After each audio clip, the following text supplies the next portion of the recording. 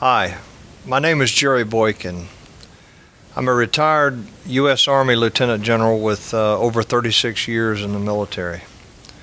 I've served this country, I love this country, and I will do anything to protect my nation, as many of these young men and women that are serving today have also pledged to do. But I have a growing concern about this nation, and that concern is the influence that Islam is having in our country today. You know, most Americans don't understand Islam. Most Americans have not spent the time to study it and try to understand it. Consequently, we protect Islam under the First Amendment, the freedom of religion. Well, what I'd like to say to you today is that we need to become better informed and better educated on what Islam really is. While there's a religious component to Islam, we should not view Islam as a religion that is to be protected under the First Amendment. You see, Islam is actually more than a religion. It's a totalitarian way of life. Starting with the legal component of Islam, it is a legal system. It's called Shariah law. Now, while the term Shariah is not found in the Quran, Shariah law comes from the Quran as well as the Hadith, or the teachings and observations of Muhammad the Prophet. Shariah law is the law that cuts off the hand of the thief, that stones the woman for being accused of adultery, and that does many other things that we as Christians, we as Westerners find aberrant and disgusting. But the goal of Islam as a totalitarian way of life is to implement this Sharia law worldwide.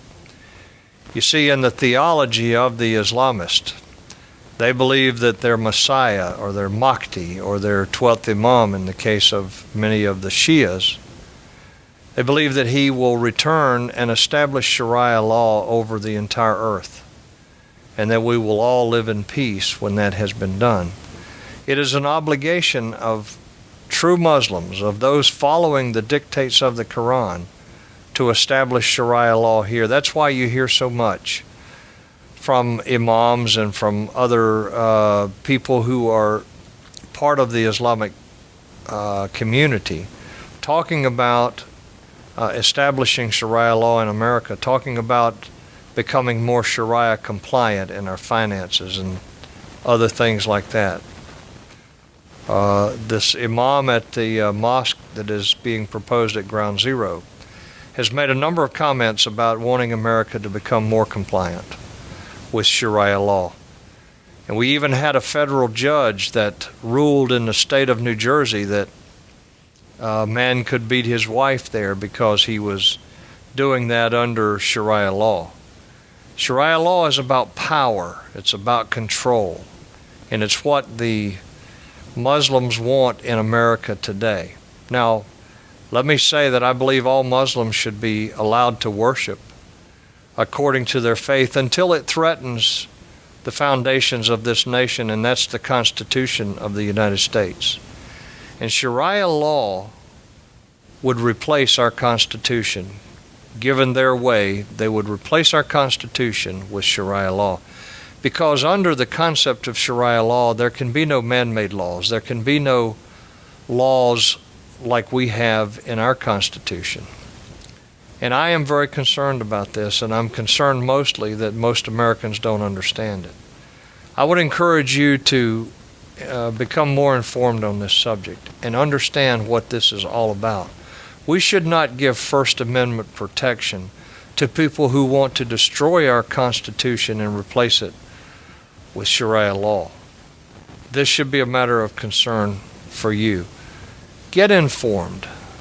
Understand what Sharia law is, and understand what the intent of many of these Islamists who are trying to force this on America are actually up to, and how they intend to do it.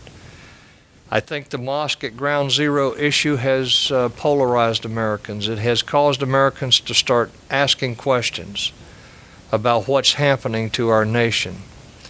When Nadal Hassan, a U.S. Army major, went into a center there at Fort Hood where we had scores of soldiers and started killing people yelling Allah Akbar, people could not understand what was going on. Well, the reality is Nadal Hassan had actually briefed senior medical officers in the U.S. Army on the fact that he was a Muslim who believed in Shariah law. And in fact, he was doing his part to try and help with the implementation of Shariah law. I would encourage you, as an American and as a Christian, to find out more, become informed, and know what Shariah law is all about. It's in our best interest in saving our nation. God bless you, and thanks.